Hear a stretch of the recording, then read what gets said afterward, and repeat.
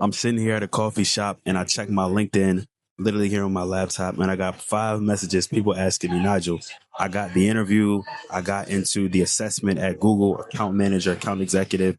What do I do next? How do I stand out? I've been watching your videos. I would love to talk. So I want to address some things here first and foremost to give the people the ability to understand my mindset and give you 4 strong strategies that you can implement to knock out this interview.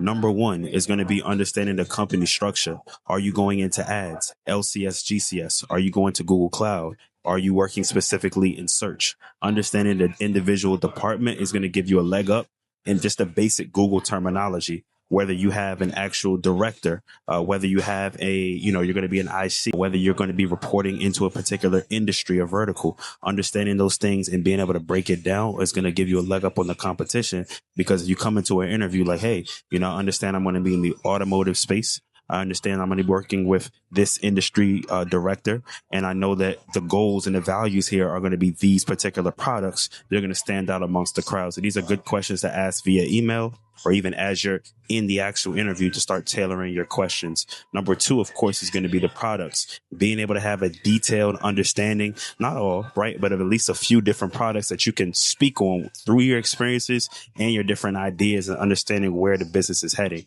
As an example, if you're an account manager, you're going to be working in ads. You need to understand programmatic. You need to understand Google search. You need to know basic SEO strategies, optimizations, and how to give an analysis. For an example, it's like, hey, in my past previous role, I work with 20 different clients, looking at their SEO strategy, mapping out keywords and identifying opportunities. When I work at Google, I'm going to be able to scale this same skill set and be able to apply all, the leadership optimizations, everything that the executives are looking for across my entire book of business.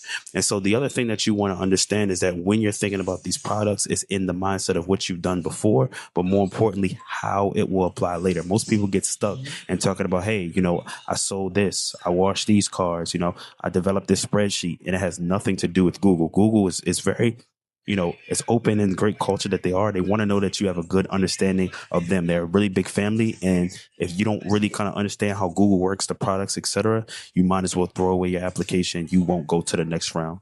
Number 3, of course, is going to be your ability to objection handle, your communication skills, and how you operate as a salesman or as a saleswoman. A lot of people focus their time here.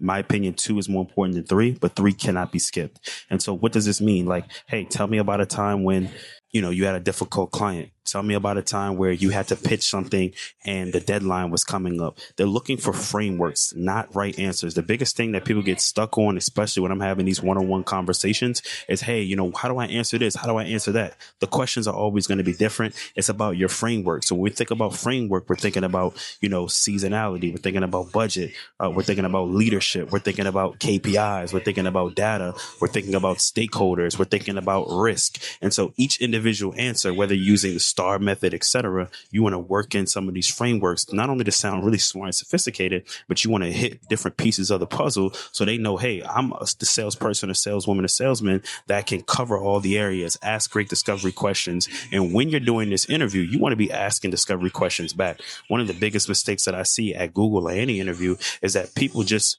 allow the flow to go question, answer, question, answer, question, answer. You sound like a robot. You're not showing off your people skills. As an example, if the interviewer's name is Jenny, Jenny asked me, hey, tell me about a difficult client that you have to work with.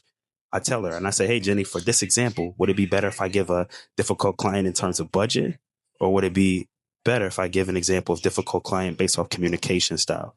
You see how we open up the dialogue here. Even when I introduce myself as, hey, my name is Nigel Hammett, 8 years of tech sales experience. I've worked at a variety of startups. Some of my strengths include, really great people skills, amazing tech stack and background.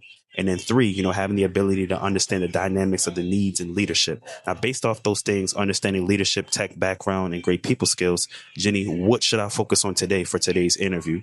You can go ahead and clip that. That was about 30 seconds, obviously abbreviated for today's video, but just the ability to answer questions and flip it back. To turn the interview into an actual conversation.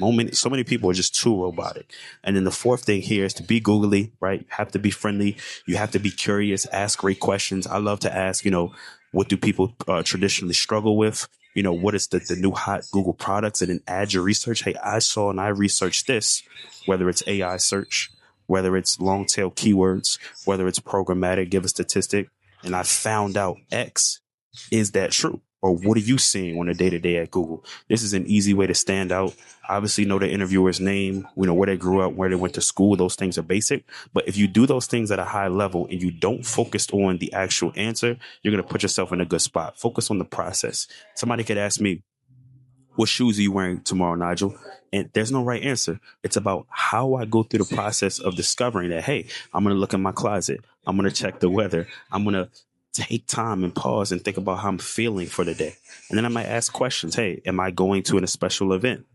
All right. What did I wear yesterday? These are things that you can go back and forth with the interviewer and open up the conversation and not only show your people and sales skills, but show that you have the ability to think at a high level. So again, don't focus on the answer, focus on the actual framework and the process. And then Google, product, being friendly, and then, of course, doing your basic research, man. Let's get it. If you have any questions after this, of course, shoot me a message or let me know if you learn anything. I love all the interactions. I appreciate when you guys hit me up because I'm active. I'm checking these comments. I'm checking LinkedIn. So good luck on your interview. Let me know how it goes and hit me up with the good news. Let's do it.